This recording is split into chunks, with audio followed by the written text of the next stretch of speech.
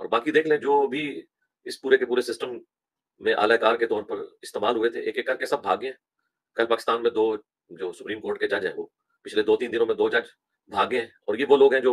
اور ان کے ماننے والے یہ لوگ تھے جو قاضی صاحب کو کہتے تھے، تو قاضی صاحب تو اکیلے تھے اپنے اس زمانے میں، اسٹیبلشمنٹ ان کے خلاف، ایک اتنی بڑی سیاسی جماعت کمپین کرنے والی ان کے خلاف، اگرچہ بعد میں خان صاحب نے معافی مانگ لی کہ میں نے غلط کام کیا تھا، لیکن اس وقت تو پوری ٹرولنگ کرنے والی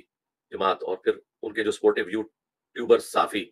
جو قاضی صاحب کے خلاف ویلاگس اس زمانے میں بنایا کرتے تھے، لیکن قاضی صاحب نے تو اپنا مقدمہ لڑا اور ون کیا۔ آج انہیں یوٹیوبر سے ہم پوچھیں گے کہ آپ کے جو سپورٹ کردہ جو جج تھے وہ تو سارے بھاگ گئے، ان کو بھی مشورہ دو نا کہ آپ کورٹ میں لڑو، کہتے ہیں حالات نہیں ہے، تو قاضی صاحب کے لیے کون سے حالات اچھے تھے اس زمانے میں؟ حکومت ان کے خلاف تھی، سب سے پاپولر لیڈر عمران خان، اس کی پوری جماعت، ان کے سارے سپورٹ کرنے والے صحافی یوٹیوبرز اتنا اتنا پروپیگنڈا کرتے تھے ان کے خلاف، سب سے بڑھ کر فوج کا ادارہ ان کے خلاف تھا فیض آباد دھرنے کے اوپر، ڈسیاں لکھنے کے اوپر، لیکن دیکھیں ماشاءاللہ مرد مجاہد تو وہ قائم رہا۔ لیکن یہ جو لوگ بھاشن دیا کرتے تھے، دیکھیں ان کو جیسے ہی نظر آیا کہ ہمارے اوپر کیسز بننے والے ہیں، بھاگ گئے میدان چھوڑ کے، بھی مقابلہ کرتے نا۔ ویسے تو اناؤنسمنٹ کرتے ہیں کہ جی ہم جہاد کر رہے ہیں، تو جہاد میں بندہ بھاگتا تو نہیں، شہید ہوتا ہے، تو شہید ہو نا، تو غازی اسی صورت میں بنے گے جب آپ لڑیں گے یا شہید ہوں گے۔ تو قاضی صاحب غازی اس لیے بنے کہ وہ لڑے، اس میں وہ شہید بھی ہو سکتے تھے، آج چیف جسٹس وہ نہ ہوتے۔ تو یہی صورت حال ہے کہ پاکستان میں سیاست کے حوالے سے میرا خیال ہے آپ بھی،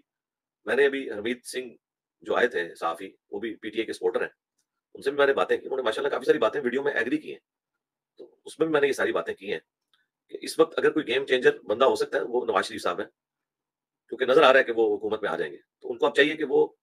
ساری وہ غلطیاں رپیٹ نہ کریں جو خان صاحب نے ان کے ساتھ اور اپنے مخالفین کے ساتھ کیا، درگزر کی روش اختیار کریں، ملک کو آگے لے کے چلیں۔ ملک میں اسٹیبلٹی آنا بہت ضروری ہے، اسٹیبلٹی کے بغیر یہ ملک آگے نہیں جا سکتا۔ کرپشن کبھی بھی 100% ختم نہیں ہوگی، لیکن اصل چیز جو ہے وہ اسٹیبلٹی ہے۔ انڈیا میں اتنی کرپشن ہے، لیکن ملک دیکھیں اس وقت دنیا میں 5 کی ٹاپ اکانومیز جو گروئنگ ہے ان میں ایک آ چکا ہے، وہ صرف اس لیے کہ اسٹیبلٹی ہے۔ یہاں پہ بھی اسٹیبلٹی ہونی چاہیے۔ میں بالکل حق میں نہیں تھا جو 2017 میں عدلیہ نے کیا، اور ایک ہنستے بستے ملک کو اجاڑ کے رکھ دیا، کدھر سے کدھر ملک جا کے گر گیا۔ پھر اسی طریقے سے 2022 میں جو کچھ ہوا وہ بھی غلط ہوا، ٹھیک ہے، عوام خود بدلہ لے لیتی خان صاحب سے، اگر ملک نہیں چل رہا تھا تو عوام نے خود بدلہ لے لینا تھا۔ خام خواہ ان کو ایک آپ نے سیاسی شہید بنا دیا، اور پھر اس کے بعد 9 مئی ہو گئی،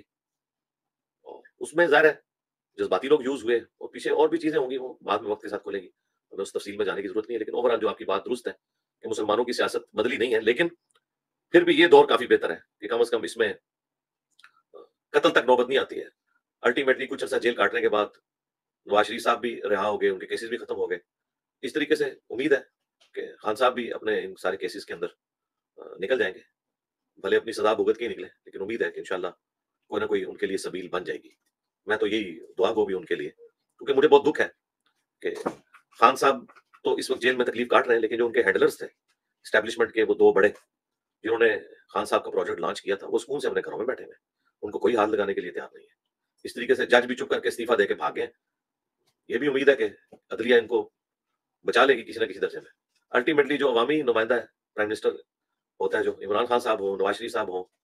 یا کوئی اور ہو، بلی وہی چڑھتے ہیں بیچارے، یا تو ساروں کو سزائیں ملیں، اللہ کرے کہ ملک بہتری کی طرف جائے۔ لیکن میں نے تو آپ کو بتایا، میں نے تو یون والی پوڈ کاسٹ میں بھی کہا تھا کہ جس ڈگر کے اوپر یہ ملک چلا ہوا ہے، مجھے تو 500 سال تک بھی کوئی چینج ہوتے نظر نہیں آتی، کیونکہ جو طبقہ حکومتیں گراتا اور بناتا ہے وہ اتنا مضبوط ہو چکا ہے، ان کے ہاتھ میں طاقت ہے، ان کے پاس پیسہ ہے، سب کچھ ہے۔ دوسری طرف ہم لوگ بہت کمزور ہیں،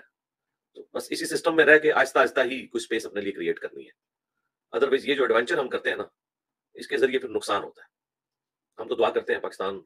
کے لیے بالخصوص اور پورے عالم اسلام کے لیے بالعموم کہ اللہ تعالیٰ ان کے سیاسی معاملات، معاشی معاملات دنیا اور آخرت کے اعتبار سے بہتر فرمائے۔